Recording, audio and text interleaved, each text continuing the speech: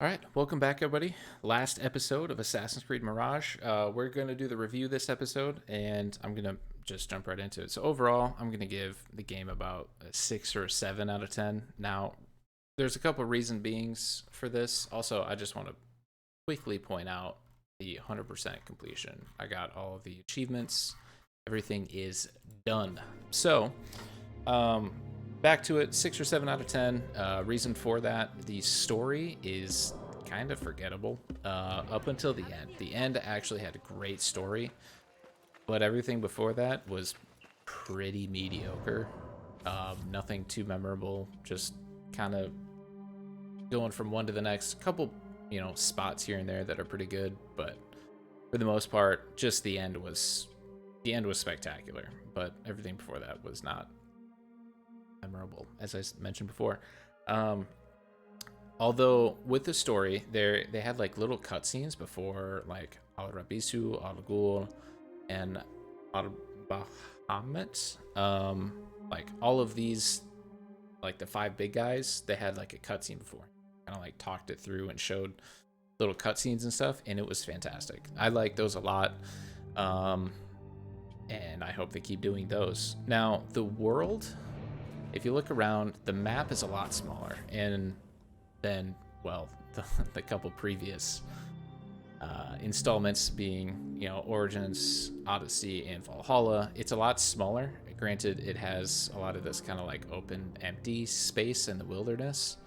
A couple towns here and there spread throughout the wilderness, but for the most part, it's pretty stuck in Baghdad.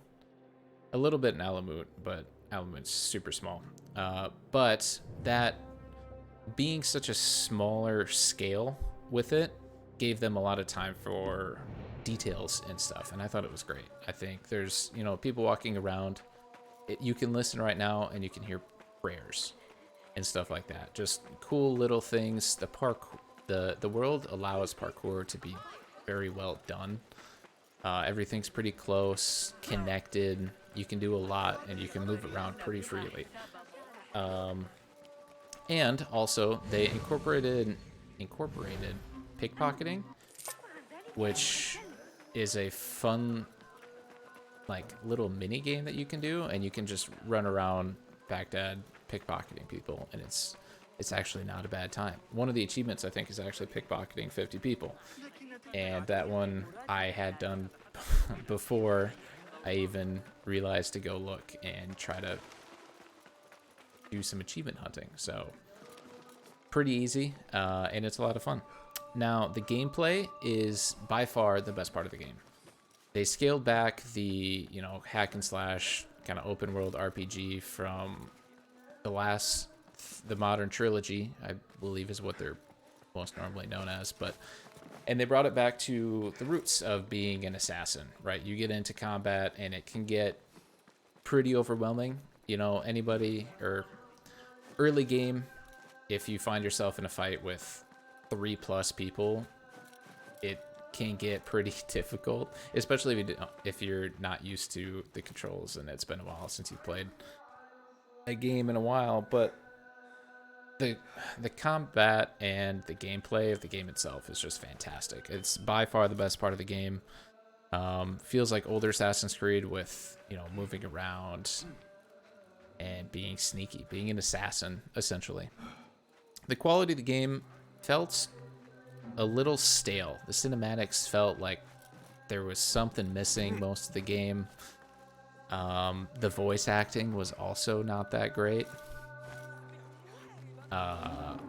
For whatever reason, the voice acting in the modern trilogy has been fantastic, but this game, it seems there wasn't a lot of life to it. And that also goes into the like cinematics part of it. The mouth movements on a lot of the scenes were not that great. Now, that's not a huge like, oh my god, I can't play this game, because a lot of games out there have excellent story, excellent everything, and the mouth cinematics, or the cinematics in general, are just not, incredible. This game, they're pretty mediocre. Nothing crazy about them, but nothing fantastic, you know, overwhelming. I will say the voice acting was a little below par for what I expected. Not that they did a bad job, but that they didn't do an exceptional job, I'd say. Overall, I think that's about all I have for this review. Overall, I'm going to give it, you know, as I said, a 6 or 7 out of 10. Reason being, it's a great Assassin's Creed game, but it's not a fantastic game. Now, is it worth the $50 or $60 you're going to spend to buy it?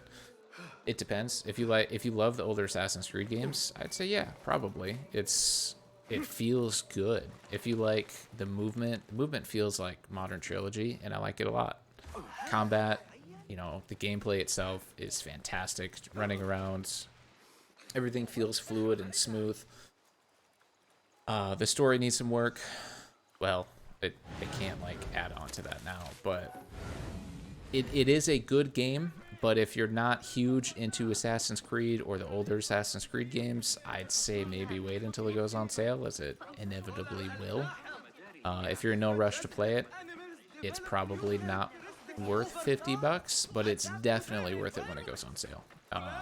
Normally they do like a half off or something like that, not too far into the future of release. Within a year, I think it starts to drop. So at that time, I think 100% worth it. I don't think I have anything else that I needed to say. So it was fun to 100%ing it was not bad at all. I just went through piece of wood. Couple weird achievements. Other than that, they were pretty simple, pretty basic. And collectibles, I love going around and grabbing collectibles and stuff like that. I love it. This one did not have a whole lot going on. And they pissed me off in this game with every single door having a blockade. I think they went way overboard with it, and I'm not a huge fan of that. But let me know in the comments what you guys think about it, if you enjoyed it, if you did not enjoy it, and any other games you think I would enjoy based off of my review of this or anything else.